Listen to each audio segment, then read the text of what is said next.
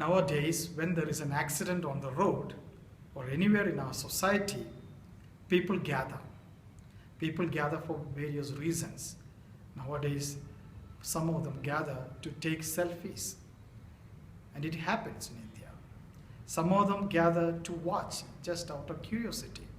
Perhaps there may be a few good Samaritans to see to the need of the victim.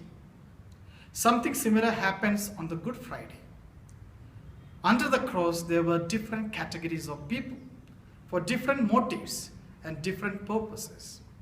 The first category, people of apathy. Who are these apathetic people? They were mostly soldiers or passers-by. They were indifferent to the suffering Jesus and dying Jesus. Perhaps they have seen several crucifixions, and this is another one.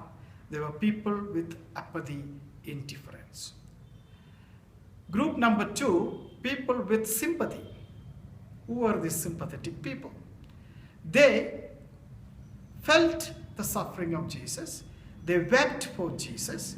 And we have a beautiful example of the women of Jerusalem. They were sympathetic, and they also felt the suffering of Jesus. The third category of people, they belong to the people of empathy. Who were these empathetic people? There were very few under the cross. We could only identify 2 of them, perhaps. Mother Mary and the beloved disciple John. They were not just feeling people, they entered into the suffering of Jesus and shared in his sufferings. Not by standing there, they walked with Jesus. They walked with the suffering of Jesus, and they walked together and stood together, and they were empathetic people. Incidents happen even today. Sufferings happen even today. Death happens even today. Are we apathetic, sympathetic, or empathetic? It is in this context we need to pray like the prophet Micah in chapter 6 verse 8. Only one thing I ask of the Lord, to act justly, to love tenderly, and to walk humbly with my God.